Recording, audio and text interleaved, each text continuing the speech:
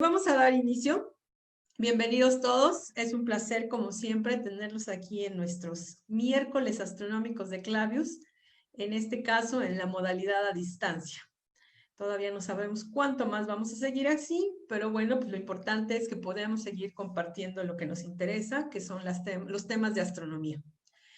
Y nuestro invitado de hoy, Bueno, Alejandro Aguilar Sierra, me da mucho gusto presentar esta charla porque yo siempre a veces insisto en que nos preocupamos mucho por el estudio astronómico de lo que está muy, muy, muy lejos.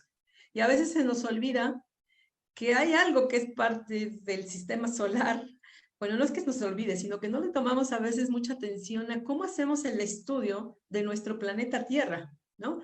A veces decimos que nunca le vamos a poder tomar una fotografía a nuestra Vía Láctea porque es imposible salir de nuestra galaxia por las distancias y los tiempos de viaje y apenas hemos viajado al interior de nuestro sistema solar. Pero en el caso de nuestro planeta, pues sí tenemos fotografías de nuestro planeta. Y eso es gracias a lo que es la temática del día de hoy, la parte de los satélites. Y por eso el título de nuestra charla, Nuestros ojos en el cielo. Entonces, como es costumbre, me voy a permitir hacer una breve reseña de nuestro invitado, Alejandro Aguilar Sierra. Estudió física en la Facultad de Ciencias y posteriormente la maestría también en Ciencias de la Computación y una especialidad en cómputo de alto rendimiento en el Instituto de Investigación de Matemáticas Aplicadas de la UNAM. También en la UNAM cursó el diplomado en divulgación científica y el taller de cine documental. Ha publicado artículos de divulgación e impartido conferencias sobre temas de ciencias de la Tierra en diversos foros como el Planetario Luis Enrique Erro, La Noche de las Estrellas y otros más. Su documental, El Efecto Invernadero, ganó 2 premios internacionales en el Festival de Cine Científico de La Habana en el año del 2006. Fue coordinador de medios audiovisuales de la Comisión Nacional para el Año Internacional de la Tierra, del 2007 al 2009, y es creador del primer curso de Ciencias de la Tierra de la UNAM, las estaciones del año y el clima, en la plataforma masiva de educación en línea que se llama Coursera.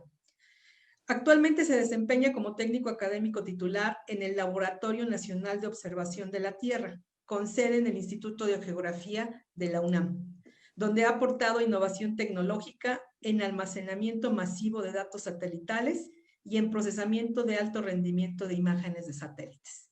Entonces, sin duda, con esta trayectoria, pues el tema de hoy va a estar muy interesante. Muchas gracias, Alejandro, por participar con nosotros. Bienvenido y adelante, por favor. Muchas gracias, Lore. Es un placer y un honor estar otra vez aquí en el auditorio del Observatorio Clavius de la Universidad Iberoamericana, aunque sea de manera virtual. Entonces, les quisiera comentar al público asistente que como no podemos señalar a nadie que quiera participar, no los podemos ver, vamos a tener esta regla. Si alguien quiere decir algo, puede abrir su micrófono y tiene 30 segundos para decirlo. Si se pasa de 30 segundos, nuestra host le va a apagar el micrófono. También, si otra persona está hablando, debes de dejarlo hablar.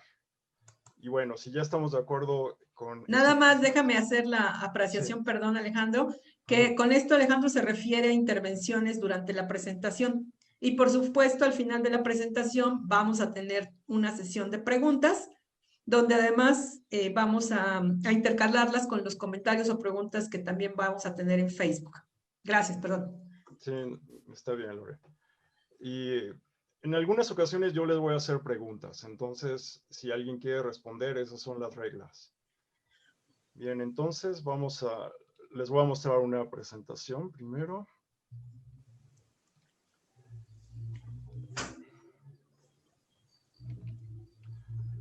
Nuestros ojos en el cielo. Logramos ir al espacio a descubrir otros mundos, pero al volver la vista atrás descubrimos lo maravilloso que es nuestro propio mundo. ¿Alguien me puede decir qué es esta imagen? ¿De dónde salió? Bueno, esta imagen fue tomada por los astronautas. ¿Perdón? Del satélite. No, Los Estación astronautas, espacial. Esta imagen debe haber sido tomada cuando fueron a la Luna. sí, exacto, el Apolo 17. Es el Ok. famoso Blue Marble, visto desde ellos. Estos astronautas iban a estudiar otro mundo y quedaron maravillados con lo que estaban viendo, que tiene que ver también con el comentario que hizo Lorena al principio. Entonces, el ser humano siempre ha querido entender su entorno por distintas razones, por razones de supervivencia o simplemente por conocer la maravilla que es nuestro propio mundo. Entonces, mientras más alto te pares, puedes ver más lejos. Y en la historia humana se fueron construyendo plataformas cada vez más altas. Pero no es suficiente. Incluso a esta torre de este lado hasta la derecha. ¿Alguien me puede decir cuál es? Es Burj El Arab. Burj Khalifa. Muy bien, así es actualmente el edificio más alto del mundo que mide 830 metros. Pero aún así no es suficiente para poder ver. Necesitaríamos volar y llegar más lejos para poder ver mejor nuestro planeta. Entonces viene el problema de cómo podemos llegar muy alto. Recordemos de nuestras clases de física de la secundaria el movimiento parabólico. Podemos aventar un objeto y por la primera ley de Newton seguiría volando si no es que otra fuerza lo detiene. Y en este caso es la fuerza de gravedad de la Tierra que hace que caiga. Pero ¿qué tal si lo aventamos tan fuerte que ya no cae? Y en ese caso sería ponerlo en órbita. Entonces, ¿cuáles son los problemas físicos para poner un objeto en órbita? Lo llamamos satelital porque recuerden que satélites son objetos que orbitan alrededor de un planeta. Nuestro satélite natural es la Luna. Entonces, el primer problema que hay que resolver es el escape gravitacional, escapar de la atracción gravitacional de la Tierra. Y el segundo, una vez que estamos fuera de esta fuerza gravitacional que nos va a obligar a caer, es equilibrar la fuerza centrífuga con la fuerza de atracción gravitacional.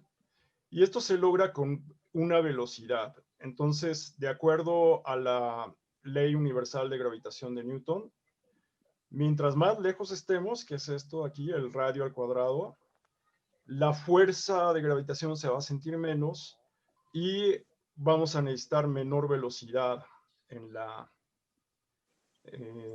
órbita para poder mantener ese equilibrio y mantenernos en esa órbita sin caer.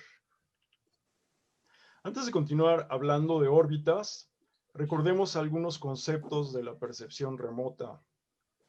En la percepción remota necesitamos una fuente de iluminación, que en este caso, en este ejemplo es el sol, que ilumina la escena que queremos estudiar, y tenemos un sensor que puede percibir esta señal que envía la escena de algún tipo. Y el sensor debe tener un sistema de comunicación que nos permita recibir esa señal. Por esa señal van a ser muchos datos brutos que es preciso procesarlos para poderlos entender, para que puedan tener una utilidad para nosotros. Luego viene la visualización, que básicamente es poder ver esos datos, poderlos interpretar visualmente. Y finalmente el almacenamiento, ya que son enormes cantidades de datos, necesitamos una capacidad de guardarlos para poderlos estudiar después. Entonces, bueno, recuerden estos conceptos porque los vamos a estar usando a lo largo de la plática. La fuente de iluminación. ¿Qué ilumina? ¿Qué cosa es capaz de iluminar? Pues prácticamente todo, porque recuerden, de la ley de radiación de cuerpo negro, todo objeto que tiene una temperatura emite radiación electromagnética. Claro que si es muy caliente como el Sol, que en la superficie del Sol llega a tener... Recuerden, si vinieron a la plática de hace una semana, recordarán estos datos. En la superficie del Sol tenemos cerca de 5000 grados Kelvin o grados Celsius, porque ahí la diferencia serían 200 grados es casi lo mismo. Y esa temperatura del sol emite luz ultravioleta, pero también luz visible. Y no es casualidad que nuestros ojos sean capaces de percibir lo que llamamos luz visible, porque es lo que emite nuestro sol. Pero cuerpos más fríos también emiten radiación electromagnética, aunque ya no la vemos. Y ya está en el rango de la radiación infrarroja. Entonces, y muy relacionado con la pandemia actual, los seres humanos también emitimos radiación, nada más que el rango de energía es mucho, mucho menor que la del Sol.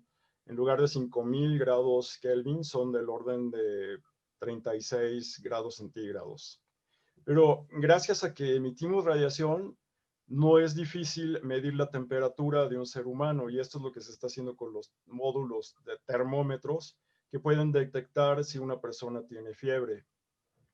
Eso está claro, ¿verdad? ¿Cuáles son las fuentes de iluminación? Pues casi cualquier cuerpo que tenga cierta temperatura puede ser una fuente de iluminación. Aquí tenemos un diagrama idealizado del espectro electromagnético.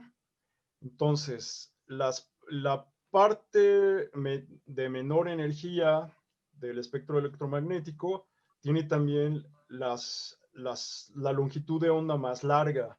Por ejemplo, las ondas de radio tienen un rango de metros a centímetros. Luego vienen las microondas, del orden de milímetros. Después el infrarrojo, que puede ser desde milímetros hasta micras. Una micra es una milésima de un milímetro.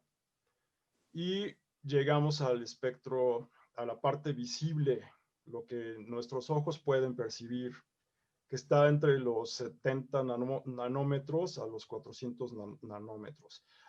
Y de ahí nos vamos a más altas energías como el ultravioleta, los rayos X, los rayos gamma. Ahora hablemos de los sensores. Y voy a hablar primero de este precioso sensor que tenemos los seres humanos. Pues recuerden, tenemos lentes que dirigen la luz hacia nuestro lente principal, que es el cristalino, que a su vez va a dirigir la luz hacia nuestra superficie sensible a la luz, fotosensible, que es nuestra retina, y la parte más sensible es la fobia. Aquí tenemos también un filtro en nuestro iris que permite regular la cantidad de luz que entra.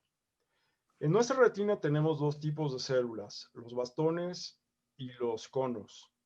Los bastones son sensibles a la luz, pero no distinguen en distintas longitudes de onda. En cambio, los conos son sensibles a específicas longitudes de onda. Entonces, eso es por eso que cuando hay poca luz, ya no vemos tan bien el color, porque básicamente están en acción nuestros bastones, pero ya no hay suficiente energía para estimular a nuestros conos. Y esta es la parte del espectro que nosotros los seres humanos percibimos. Tenemos tres partes del espectro electromagnético, tres regiones que, como acabamos de ver, van de los 400 nanómetros a los 700 nanómetros. Y los conos especialistas en ver el azul son más sensibles en esta zona del espectro. Los especialistas en ver el verde son más sensibles aquí, alrededor de los 550, y el rojo ya cerca de los 600. Entonces, se puede decir que nuestro sensor es capaz de ver tres bandas, que nosotros llamamos azul, verde y rojo, y por lo tanto es un sensor multiespectral, ya que podemos ver tres rangos distintos del espectro. Y tres bandas es, en terminología de percepción remota, es eso, que podemos ver estas tres regiones del espectro. Recuerden eso, por favor. La visión de color es la manera en que nuestro cerebro interpreta estas tres bandas. Nosotros construimos el color a partir de qué tanto estímulo recibimos de las tres bandas. Y la razón de que vemos este color, la primera, es porque recibimos, principalmente nuestro ambiente está iluminado por el sol, que como ya vimos es fuerte en este rango, lo que llamamos luz visible, la luz blanca. Otros animalitos tienen un rango un poco diferente. Por ejemplo, mamíferos, cazadores, pueden tener menor sensibilidad al color. No es que sean daltónicos, no es que sean ciegos al color, pero ven menos colores que nosotros. Sin embargo, tienen mejor vista en la oscuridad, son más sensibles a objetos que se mueven y sus ojos ven mejor en la oscuridad. Algunos insectos pueden ver más bandas. Entonces no podemos imaginar cómo ven el mundo estos insectos, pero deben ser capaces de distinguir distintos tipos de flores, en fin. Entonces, no, la visión humana no es única, eso es lo que quiero recalcar. El color es algo muy humano, porque es la manera en que nuestro cerebro interpreta estas tres bandas, pero puede haber otros seres que vean el mundo de una forma totalmente diferente a como lo vemos nosotros. Bien, regresando a los problemas físicos para poner en órbita un satélite, veíamos que se necesitaba una fuerza muy grande para poder romper la prisión gravitacional de la Tierra y poder salir al espacio. Y después equilibrar la fuerza centrífuga y centrípeta con la fuerza de atracción gravitacional. La fuerza de atracción gravitacional va a procurar todo el tiempo que el objeto caiga y la fuerza centrífuga va a mantenerlo, va a compensar esa fuerza. Entonces, la primera vez en que el ser humano tuvo acceso a una máquina que tuviera ese poder de escapar la fuerza gravitacional fue con los cohetes que construyó la Alemania en la Segunda Guerra Mundial para bombardear Londres, que son los famosos B-2. Y Arthur Clarke escribió un par de artículos. Primero una carta dirigida a esta publicación, Wireless World, en la que comunicaba la idea de que esos cohetes alemanes fueran usados para exploración espacial. Y las otras dos ideas importantes que publicó Arthur Clarke en esta revista posteriormente, a finales de 1945, fue la idea de tener satélites en órbitas geoestacionarias. Él en su artículo propone tener 3 satélites y con ellos cubrirían toda la Tierra y la Tierra podría estar comunicada. Serían satélites de comunicación. Para quien no sabe quién es Arthur Clarke, es el autor de 2001, la famosa película de los años 60 y muchas novelas de ciencia ficción. Bien, entonces esto fue a mediados, bueno, en 1945, pero pasaron muchos años. ¿Quién me puede decir qué es esta imagen? Satélite Sputnik. El Sputnik 1. ¿Y qué tiene el Sputnik 1? ¿En qué año fue lanzado y quién lo lanzó? Rusia. En 1959. La URSS. La Unión Soviética, así es. En el 59, 57, 57, sí. Empezó la carrera espacial cuando los rusos les ganaron a los gringos y le siguieron ganando hasta que llegaron primero, pusieron seres humanos en la luna primero los americanos. Pero bien, entonces este fue el primer satélite de la historia humana. Sin embargo, su tiempo de vida fue muy corto, menos de 3 meses. Y otro, ¿quién me puede decir qué es? La Estación Espacial Estación Espacial Internacional. Internacional. 20 años en órbita. ¿Alguien sabe cuál es la altitud de la Estación Espacial Internacional? 400 kilómetros. Muy bien. Entonces imagínense, de la relación que veíamos hace rato, de la distancia que debe tener un objeto, mientras más lejos esté, la fuerza de gravitación es menor. Así que se requiere menos velocidad para compensar esa fuerza. ¿Cuál es la velocidad de la Estación Internacional? 27,000 kilómetros por hora. ¿Cuántas vueltas le da la Tierra? 40,000 kilómetros. ¿Cuánto tarda en darle la vuelta a la Tierra? 16 veces. Ajá. 40,000 kilómetros por hora. O sea, es rapidísimo, ¿no?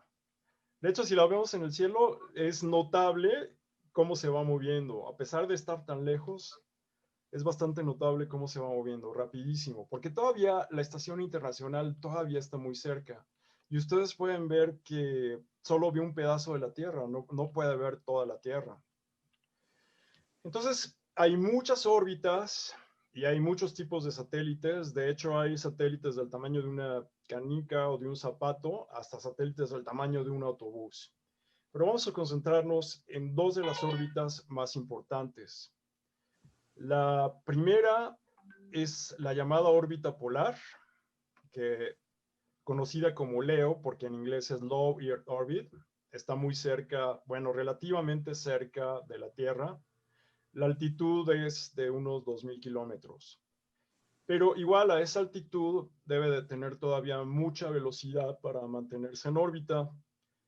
Le toma 100 minutos viajar de polo a polo y como está relativamente cerca, puede hacer tomas de alta resolución. Algunas consideraciones sobre la conveniencia de este tipo de órbitas. Tienen mejor resolución porque están más cerca, ven los polos unas 40 veces al día y puede moverse entre latitudes tropicales y medianas 2 veces al día. Ahora veamos de lo que estábamos hablando, del satélite geoestacionario. Estábamos hablando de satélites que le dan la vuelta a la Tierra en un día varias veces. Entonces, para tener un satélite geoestacionario que parezca que está parado ahí arriba en el mismo sitio, debe de tener una velocidad igual a la velocidad de rotación de la Tierra. Entonces, aquí podemos ver la diferencia de altitud. La de un satélite polar es de 2,000 kilómetros y vean la órbita de un satélite geoestacionario, 36,000 kilómetros. Nos tenemos que ir mucho más lejos para poder tener una velocidad que se pueda sincronizar con la rotación de la Tierra. Pero tiene muchas ventajas un satélite geoestacionario. Una de ellas es que puede ver cómo van cambiando los fenómenos, patrones de temperie, que por cierto, esto en inglés decía weather y usualmente lo traducen al español como estado del tiempo, pero existe esta palabra temperie, es totalmente válida, existe en el diccionario y casi no se usa. Temperie significa eso, estado del tiempo. Entonces, en consideraciones, vemos que una órbita geoestacionaria es muy buena para rastrear tormentas, para observar cambios temporales en la superficie terrestre. No llega a ver los polos, solo ve un pedazo de un hemisferio. Y la resolución es más baja, pues está mucho más lejos que un satélite polar, por supuesto. Bien, esta es una órbita estacionaria y cuando termine la presentación les voy a mostrar un video más detallado para comentar algunos detalles sobre este satélite en particular. Bueno, de hecho, más de 20 años después de que Arthur Clarke hizo la propuesta de lanzar un satélite geoestacionario, que se lanzó el primero que funcionó bien, lanzado por la NASA, es el ATS-1, en diciembre de 1966, que ya tenía una cámara, esta Spin Scan Cloud Camera. Y con esa cámara tomaron esta primera imagen el 11 de diciembre de 1966, una imagen de la Tierra.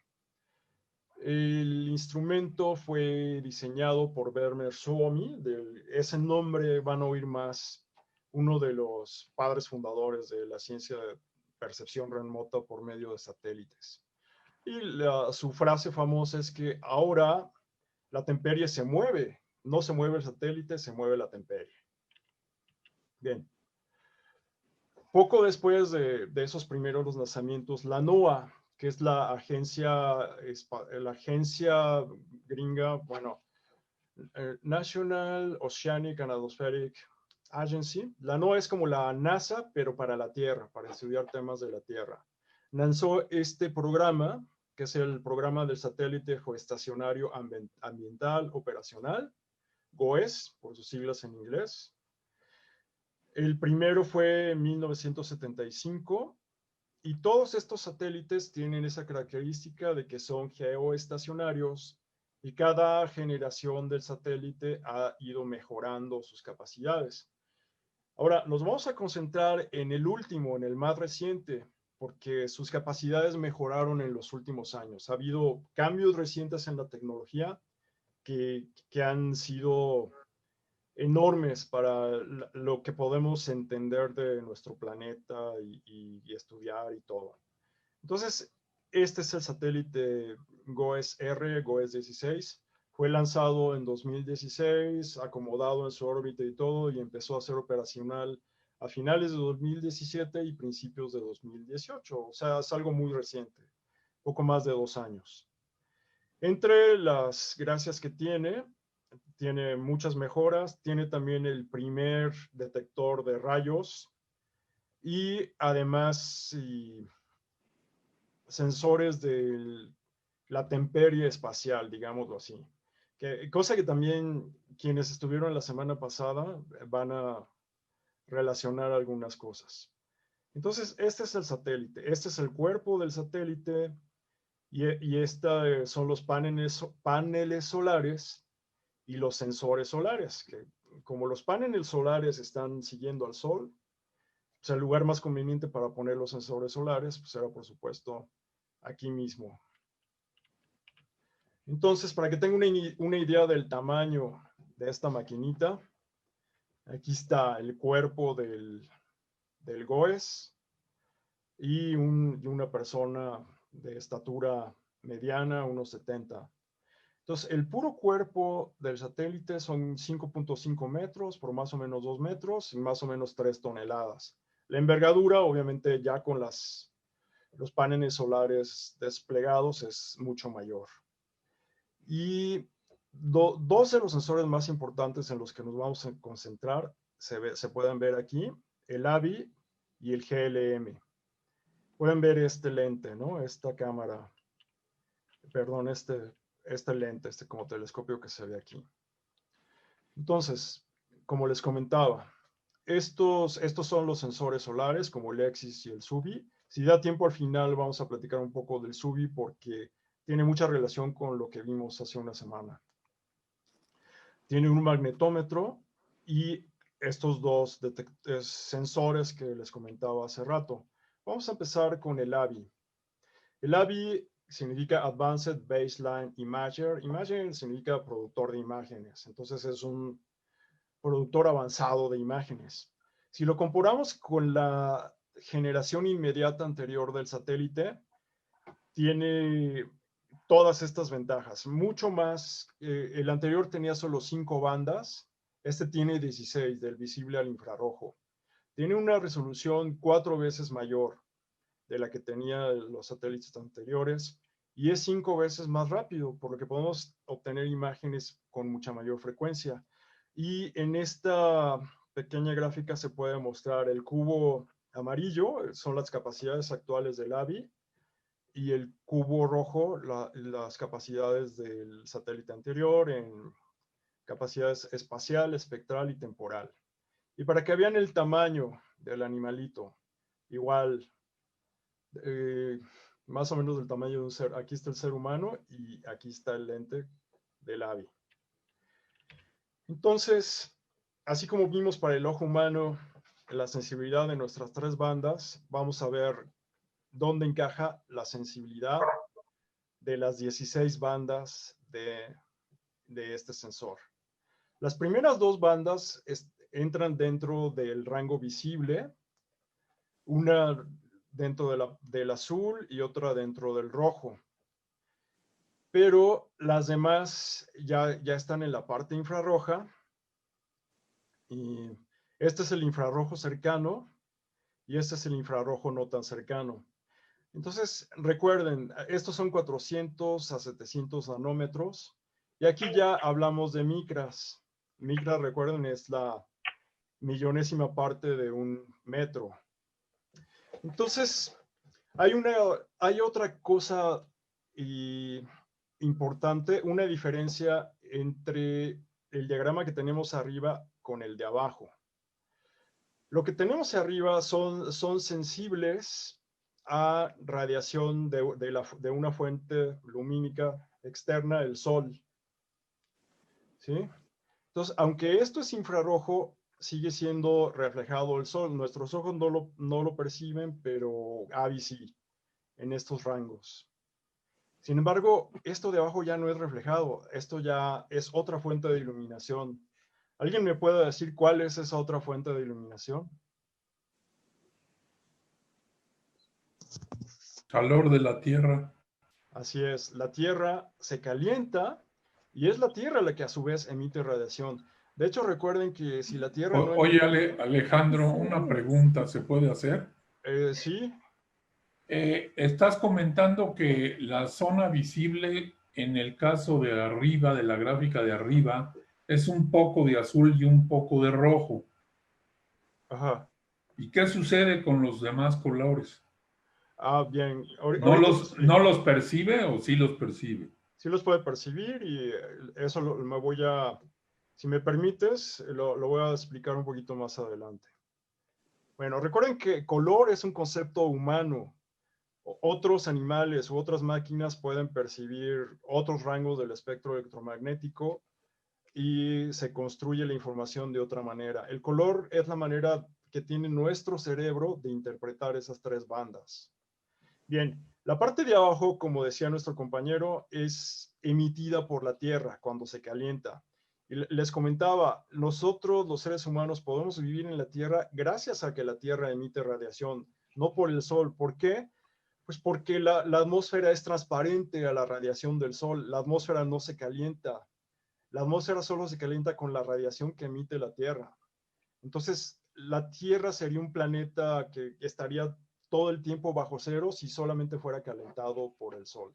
Recuerden eso es importante. Bien, y estas bandas, cada una de estas bandas tiene una razón, porque dentro de estas partes del espectro se pueden detectar distintas cosas de mejor manera. Por ejemplo, si digamos, el fenómeno que está emitiendo radiación es la Tierra, podemos medir, ¿qué cosas podemos medir fácilmente?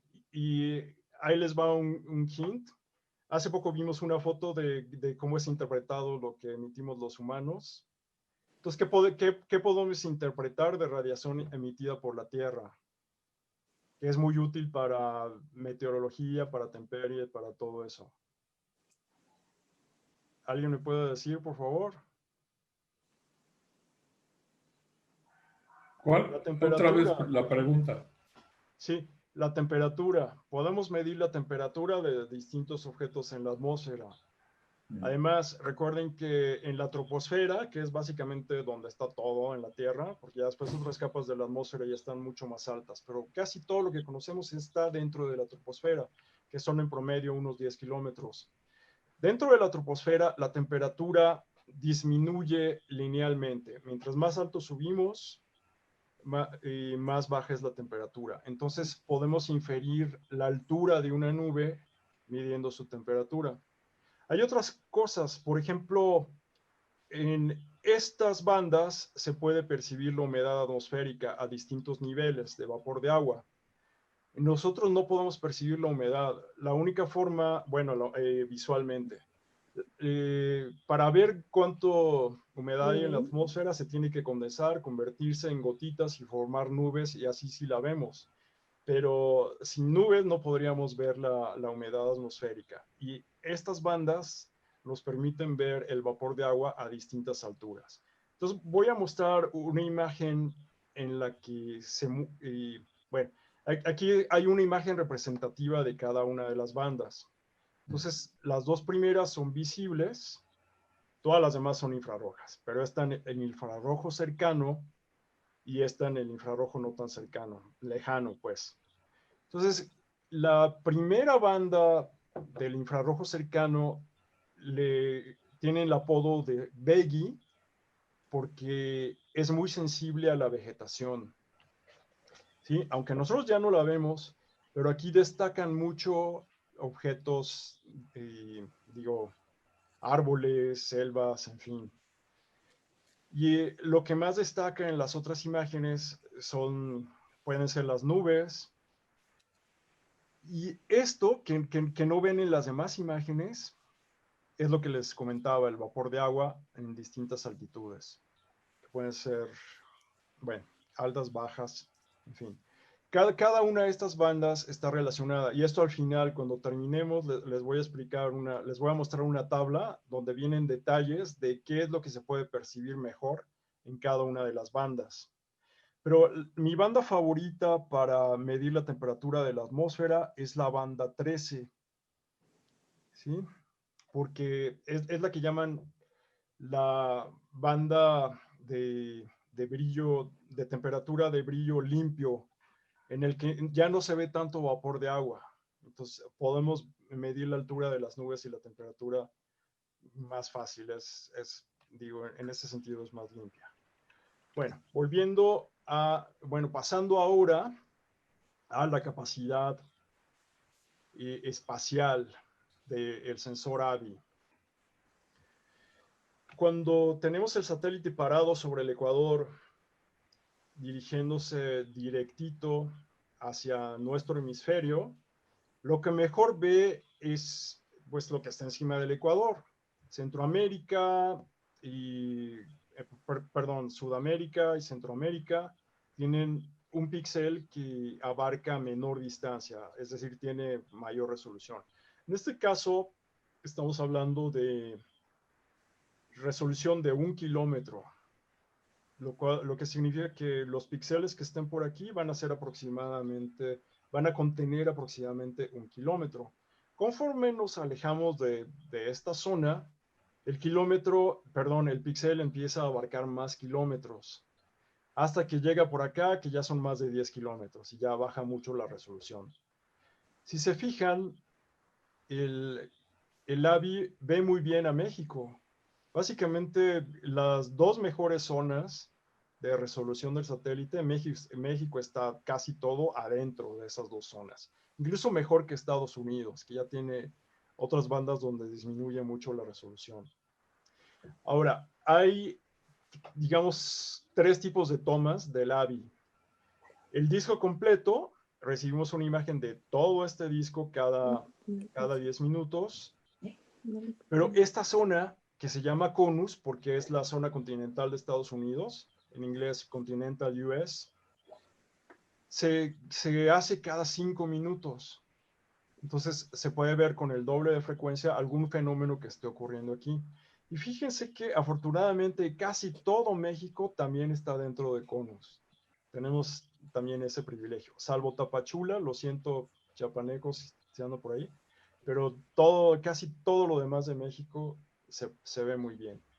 Y hay otros 2 tomas, que son los de mesoescala.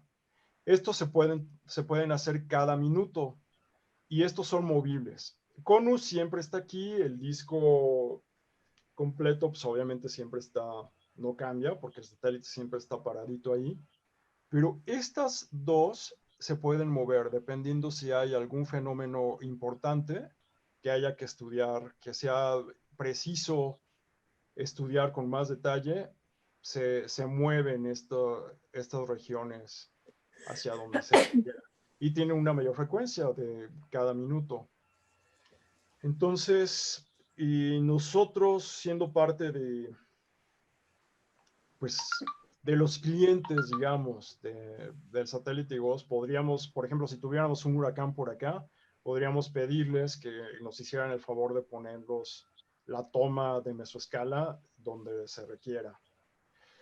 Hay que aclarar también que estos son solo tomas de mayor frecuencia, pero no de mayor resolución. La resolución es la misma de la que tiene el disco completo. No sé si hay dudas hasta aquí sobre las capacidades de este sensor. No. Si no, al final. Bueno. Entonces aquí ya permítanme presentarles productos ya desarrollados con esta información. Así se ve el disco completo. Aquí está México, Estados Unidos, Sudamérica. y los fenómenos atmosféricos que estaban ocurriendo en este momento. Esta toma es del 11 de mayo. Aquí tenemos, como les comentaba, la toma de CONUS. No le quiero llamar recorte porque recorte es otra cosa. Esta es una toma que hace el sensor AVI cada 5 minutos. Recuerden la del disco completo cada 10. Y nosotros podemos hacer un recorte. Esto sí ya es un recorte porque lo tomamos de alguna de estas dos tomas en donde ya sacamos una proyección completa de México.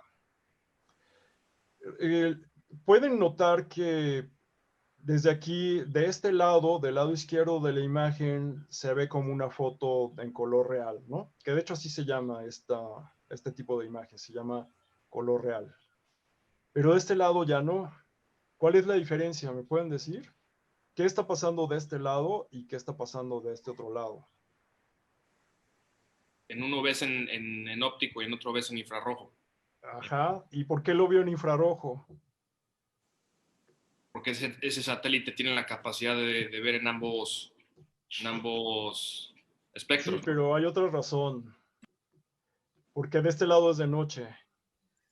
Entonces, no, recuerden, de este lado estoy viendo luz reflejada del sol. Y de este lado estoy viendo luz, o bueno, radiación emitida por la Tierra. Entonces, puedo ver de noche porque de este lado estoy usando los datos de radiación infrarroja emitida por la Tierra. Y aquí estamos usando una paleta meteorológica que nos indica además la altura de las nubes. Mientras más roja, más alta es la nube. Y cuando hay nubes muy altas, hay posibilidades de tormentas. Entonces, esto es lo que les comentaba. Por ahí apagamos el micrófono, por favor. Ahora les voy a revelar cómo construimos estas imágenes. Estas ya las hicimos nosotros en nuestro laboratorio. Entonces, les voy a revelar el secreto. Y contestando a la pregunta que nos hizo el compañero hace rato sobre los colores.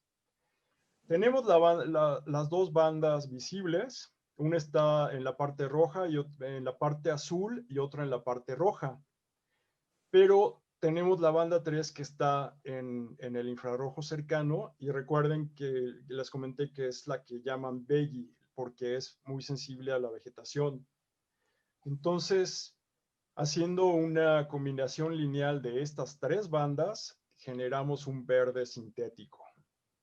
Entonces, no tenemos un sensor en ese lado del verde que vea el verde exactamente como lo vemos nosotros, pero lo podemos inferir con la información de tres distintas bandas y dándole a cada una un peso diferente. Y con eso podemos construir una imagen a color aproximada a como la vería el ojo humano. Y acá abajo, ¿qué me podrían decir? ¿Qué estamos haciendo aquí? ¿Para qué? En esta parte de abajo. Pues infrarrojo más óptico. Sí, bueno. En esta Noche parte, más noche. ajá. Esta parte de acá es de día y abajo es de noche, o aunque no sea de noche, es lo que percibe nuestro sensor infrarrojo. Entonces construimos la imagen nocturna con la información que recibimos del sensor infrarrojo limpio que les comenté para ayudar a la interpretación de esta imagen. Le ponemos la paleta meteorológica y como por razones estéticas agregamos las luces de la ciudad, que es también de la NASA, tomada desde el espacio en 2012, como es otra fuente de iluminación. Esta vez sí es visible, emitida por las ciudades humanas. Y bueno, combinando estas dos imágenes, obtenemos la imagen nocturna que les mostré hace rato. Bueno, algunas imágenes célebres del GOES. Lo más interesante es que podemos ver cómo se forman las tormentas y podemos predecirlas y podemos dar avisos oportunos para prevenir desastres. en esta famosa imagen vemos 3 tormentas al mismo tiempo. Y esta es otra imagen muy bonita en la que la luna se estaba asomando en la esquina izquierda. Esta es la parte del disco completo y la luna, ¿sí? Bueno, aquí vamos a ver con detalle ahorita algunos videos, pero les quiero hablar en general de algunas de las aplicaciones que podemos hacer con estas imágenes. Podemos estudiar la formación de tormentas, podemos estudiar también los incendios forestales, ver dónde hay fuentes de calor que están generando un incendio, seguir las plumas de los incendios. Igual en el caso de si hay erupciones volcánicas, podemos hacer el seguimiento de una pluma volcánica. Por supuesto, estudiar huracanes. También, como les decía, podemos percibir la temperatura. Entonces, eso es muy importante para estudios de clima. La temperatura de la superficie terrestre, la calidad del aire, en fin.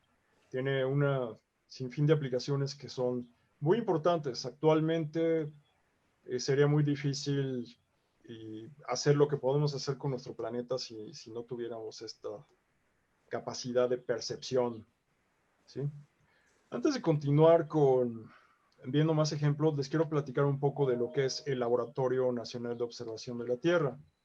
Es un laboratorio nacional CONACYT, con sede en la UNAM, actualmente en el Instituto de Geografía, pero es todo un consorcio que incluye varias otras organizaciones fuera de la UNAM, y que pueden ser agencias de gobierno u otras instituciones educativas.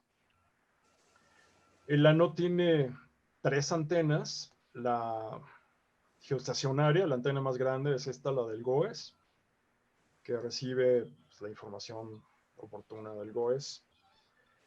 Esta otra antena es el sistema para recibir imágenes de los satélites polares.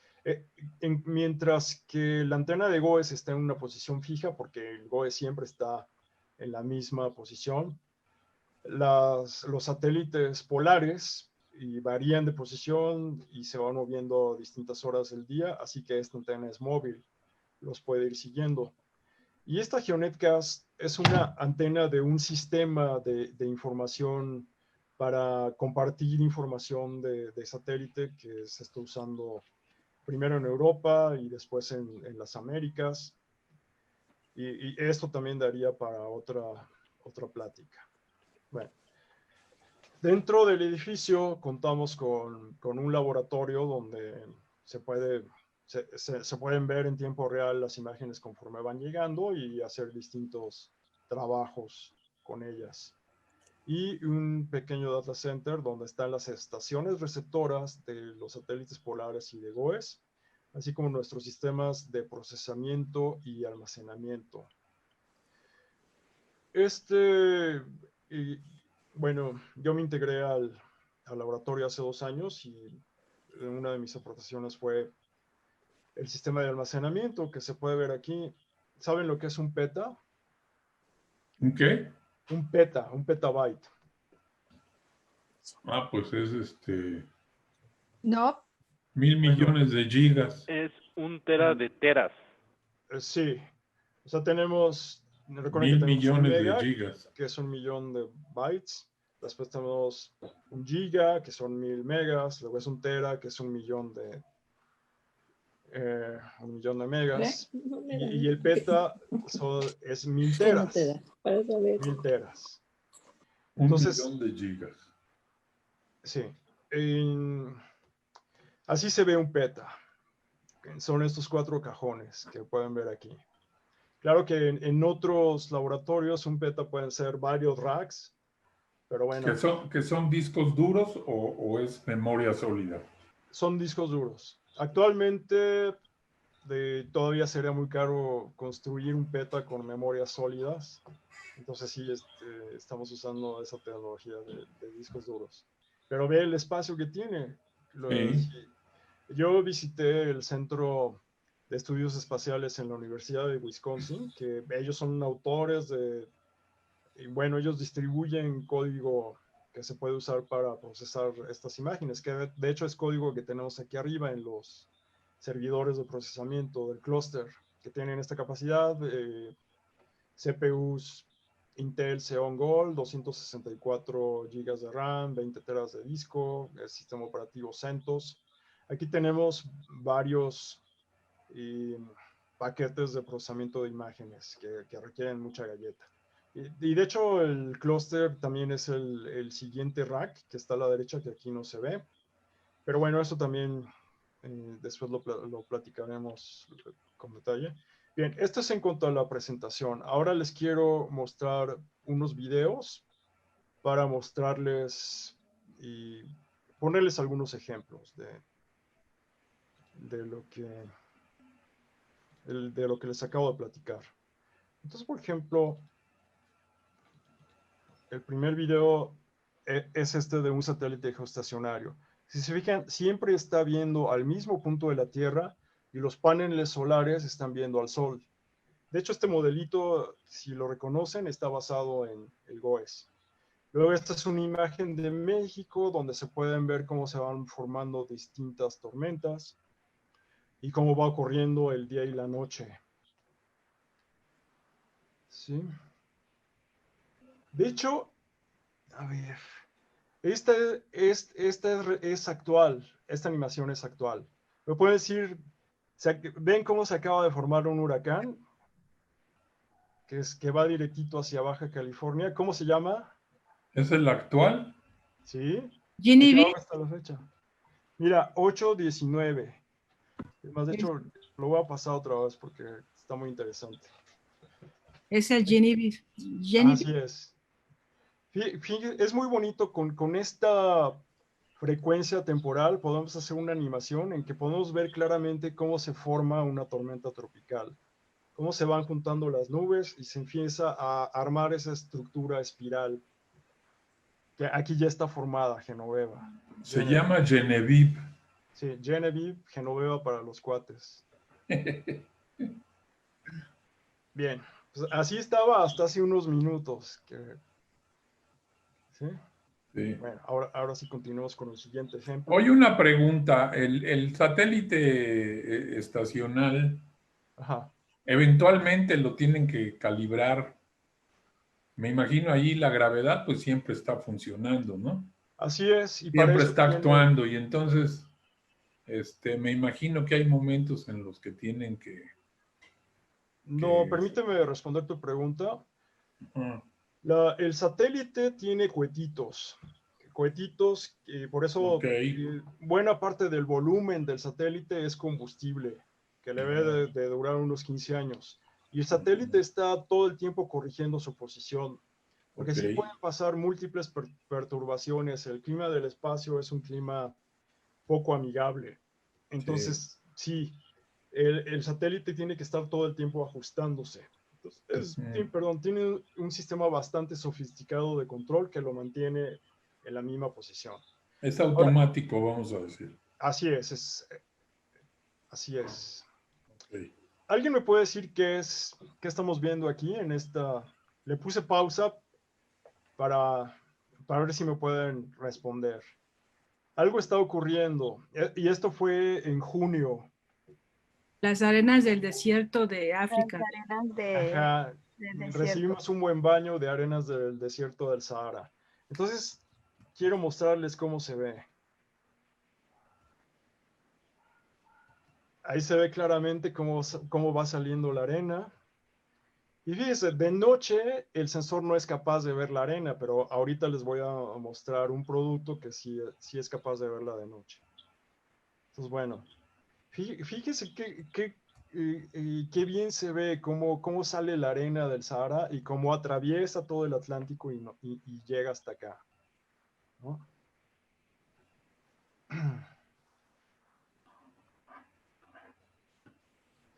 Ahora, antes de pasar al siguiente video, quisiera recordarles que una cosa es los datos que recibimos de las 16 bandas del GOES y otra cosa es lo que hacemos con esa información, que son los productos secundarios, los productos de nivel 2. Y ahí se hace, ahorita les voy a comentar con más detalles sobre eso, pero combinamos la información que recibimos de esas distintas bandas para generar información útil. Entonces, parte de los productos que se generan son productos RGB, o sea, productos a color, pero no son reales, son, digamos, nos ayudan a destacar ciertos fenómenos. Y aquí usamos un conjunto de bandas en las que ya no reconocemos cuándo es de día ni de noche, pero podemos ver la arena que va saliendo del Sahara en color magenta, ¿sí? Y aquí se nota incluso de noche cómo sigue avanzando. Entonces, bueno, esto es uno de los productos que nos ayudan a visualizar estos fenómenos.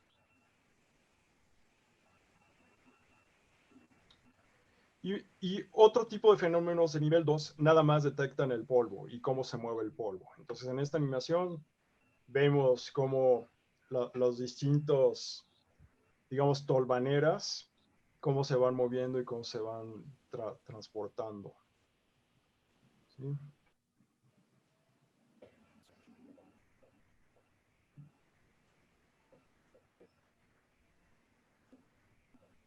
A ver. Alejandro, ¿puedo hacer una pregunta? ¿Perdón? Ya va a acabar. Lo que pasa es que tienen la misma duración que los otros dos videos anteriores para poderlos comparar. Y este es el otro sensor que les quería platicar. ¿Se acuerdan? El detector de rayos, el GLM. El detector de rayos no tiene I de imager porque no produce imagen, pero sí produce mapas. Detecta los rayos, les asocia las coordenadas y emite genera información cada 20 segundos. Entonces podemos hacer un seguimiento de tormentas eléctricas. Quiero que observen cómo las tormentas eléctricas siguen de cerca las tormentas, ¿no? En general.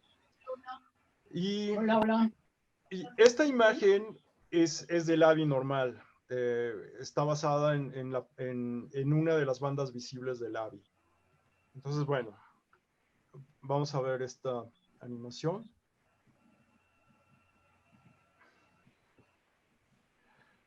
También es actual. Pueden ver aquí la fecha, el 18 de agosto, y ahorita va a llegar al 18-19. Aquí pueden ver a Genoveva avanzando hacia Baja California. Y fíjense cómo los sistemas tormentosos van acompañados de tormentas de rayos. Y lo hemos constatado aquí en la Ciudad de México. Cuando cae un aguacero se oyen también muchos rayos, ¿sí? Esto también, este detector es nuevo, relativamente, bueno, es nuevo, porque antes del satélite GOES con el sensor AVI, con el sensor GLM, no había esta manera de detectar tormentas de rayos. Y es súper útil. Por ejemplo, se puede alertar dónde va a haber tormentas fuertes, dónde podría haber un incendio forestal provocado por rayos, etc. Entonces, bueno, y me interesaba mucho mostrarles también esta animación. No sé si tengan alguna duda o algún comentario específico sobre esto, sobre detección de rayos.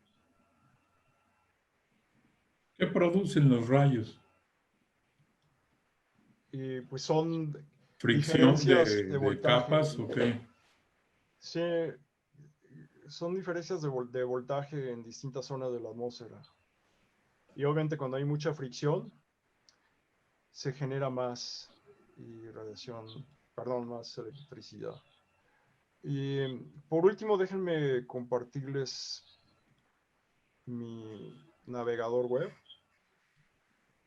Esta es la página del Laboratorio Nacional de Observación de la Tierra, en la cual pueden ver ya algunos productos.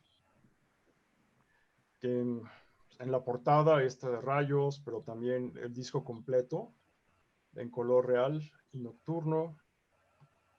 Y también tenemos una parte de detección de incendios, que ahorita como hay tantas nubes no se alcanza a ver bien, pero aquí se puede ver, por ejemplo, los puntos rojos son una fuente de calor que podría ser un incendio aquí.